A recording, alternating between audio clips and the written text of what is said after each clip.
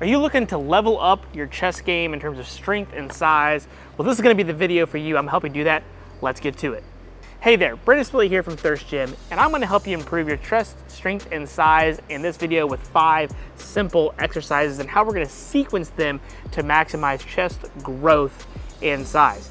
Now, this can be used for a variety of sports goals depending upon what you're really trying to get after, but the truth of the matter is having a nice, big, strong chest is gonna allow you to create a lot of push. Now, this is going to be a little bit of hypertrophy based, because we're gonna sequence stuff, so this is gonna be very push heavy, obviously, so if you're really trying to just be a better athlete, I would recommend full body training, but if you're looking for a massive upper body push day, this is gonna be the one for you. Before we get started, let's talk about the anatomy of the chest musculature, okay? So we essentially have 3 heads or aspects of the chest that are all attaching, all right? So we're gonna basically bring our humerus into flexion here, and we're also gonna do adduction. Those are 2 primary roles that we're looking at from the chest.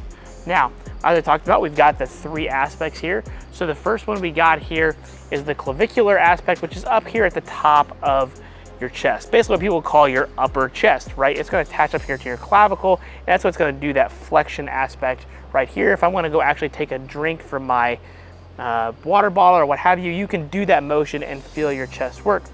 Next, then we've got the sternal aspect, which is then gonna bring it actually across. And again, that kind of gets its name from the sternum. Okay, it's what we call your middle fibers. And then you're gonna have your costal fibers, which is down here, what most people call your lower pec or your bottom part of your pec. And that's not quite as big, but again, it is still a good quality piece of creating a nice, big, round, strong chest. Now that we've got the anatomy figured out here, let's talk about the sequence and what we're gonna do. We need to understand that we wanna train at length with the pecs. We wanna get as long as we possibly can in many of these ranges of motion. However, we still gotta load the pecs appropriately, so big compound movements were gonna be probably the most ideal, but I'm also gonna show you some small isolation exercises that can really blow your chest up and get the most from your gains. Let's go over there. All right, the first exercise I'm gonna recommend is the incline bench press. Now, I've got this awesome Swiss bar from Elite FTS that has a natural camber in it. This is gonna create a bigger range of motion, totally optional and obviously a unique bar. But I really like this bar for incline pressing because it improves the range of motion even more than what we already have. Now, because this is an incline bench, this is gonna be like our main strength movement for total pec hypertrophy and strength.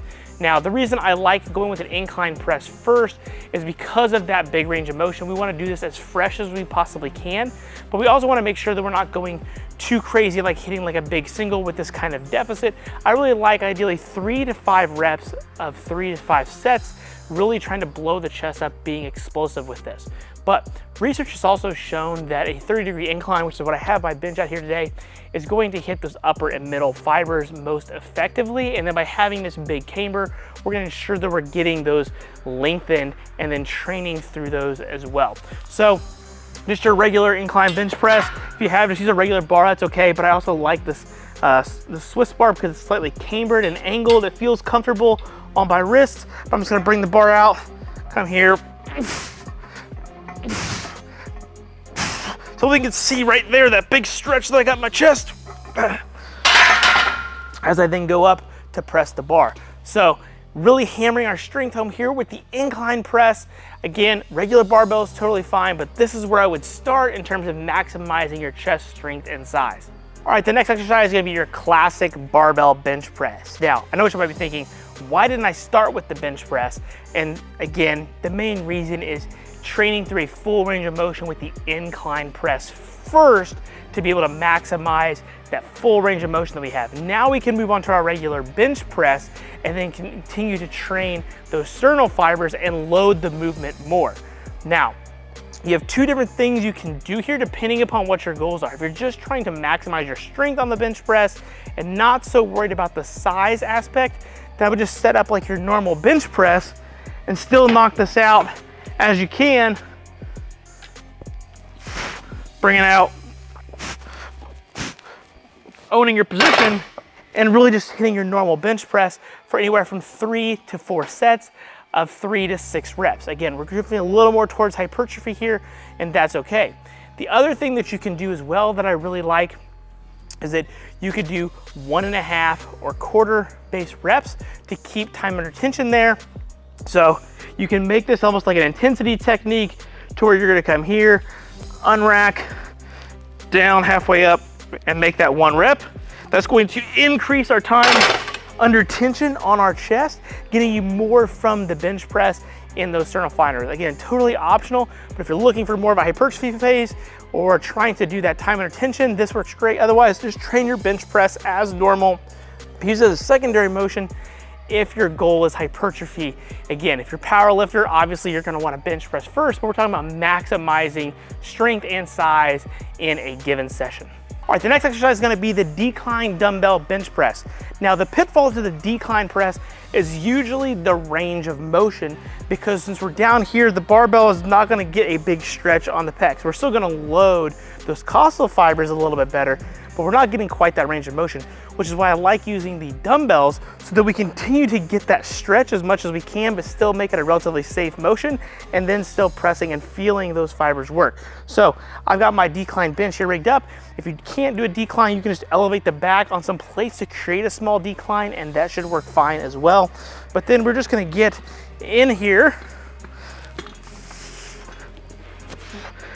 press the dumbbells up. I want my hands around a 40-ish, 45-ish degree angle. We don't want to be out here like this. We're going to twist them in just a little bit here. We're going to come down, big stretch, and try to explode up. Trying to bring those dumbbells around, and then creating a big squeeze at the top. And that's going to help me feel those costal fibers as I do the motion.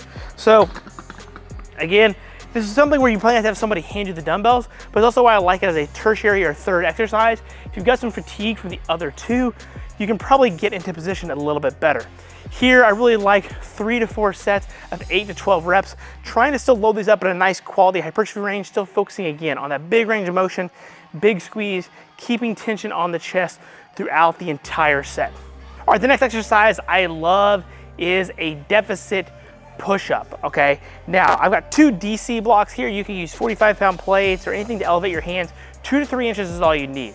The push-up is highly underrated for chest development, and the deficit push-up not only makes it a little more challenging, but after we've done our other chest work and we're fatigued, it's a great way to really maximize that stretch in a safe manner. But also, since we're gonna have to do some reaching, we're actually then also gonna get the serratus involved, which is then gonna help aid our chest contraction that we're getting as well.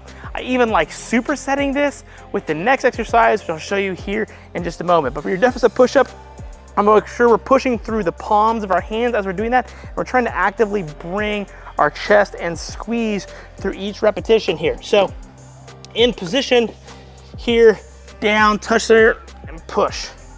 It does not look like much, but once you pushing through those thumbs, getting that big range of motion, really trying to feel that stretch, we're gonna load up on that as much as we can. If you really wanna get after it, put some weight on you, put some chains on you, you can really maximize this. Again, 2 to 3 sets of mini reps that you can possibly get is going to work great.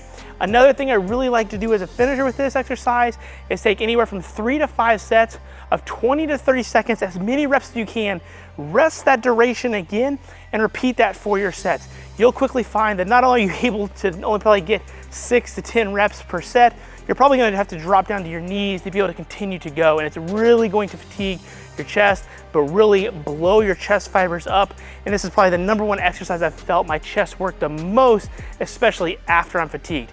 Let's see what the superset exercise is next. All right, the final piece here is the classic pec deck fly. If you don't have this, you can use a cable machine or bands or dumbbells as well. But I really like the machine because it's nice and fluid. It's gonna take the stabilizers out of the exercise and just focus on the chest musculature and contraction. So, gonna get in position, gonna start in a nice big stretch. If you have the ability to push that open, I would recommend that. But then by keeping your hands open, we're actually gonna try to bring the machine or handles in towards our face with our palms towards us. So we're gonna be here, squeeze, each rep, big stretch, come back. Try to reach your arms forward. Again, like we kind of talked about, getting that serratus involved. Big stretch, big squeeze. Big stretch, big squeeze. And when this is supersetted with our deficit push-ups, you'll find that that big stretch after we've blown a bunch of blood into the musculature is one, going to create more hypertrophy, and that squeeze, you're gonna get the blood flow to move back and forth. And these combination of the stretch positions, not only doing the adduction, but getting some pressing as well, you're gonna hit all of your fibers, and at the same time, you're gonna completely feed to your chest. Again, 2 to 3 sets of anywhere from 10 to 20 reps here. You can really depend on whether you wanna go super heavy or if you just wanna knock out some reps to end the training session. I personally like that 10 to 15 rep range. It's a nice spot where I can really feel myself squeeze, but I'm still using appreciable amount of loads. All right, that's gonna wrap up today's video on building a big, strong, massive chest with those 5 favorite exercises of mine. Again, if you're gonna do this all in one session, I kind of sequence things out the way they would work. You can obviously cherry pick certain exercises to put in your upper body training sessions to maximize your chest strength and size. The key thing here for you to understand is that we wanna focus on a quality range of motion, but also that we wanna focus on the different aspects of the chest, the upper, the middle, and the bottom or the lower piece. There's different exercises for each one that I provided so that you can get a full training effect from just one session. But if you're trying to focus on a particular aspect, then you can cherry pick your exercises as well. At the end of the day, you still want to train heavy, you still want to train hard. There aren't necessarily quote unquote bad chest exercises. These are just the 5 that I've really drifted towards over the years, the ones that I found work the best with clients and athletes that I've worked with, not only in terms of feeling their chest actually work, but improving their bench press, their upper body strength, and their overall chest size. So again, if you have enjoyed today's video, do me a quick favor, hit that like button, leave a comment, share with a friend. I'd really appreciate it. Thanks for checking in, and I'll see you at the next video.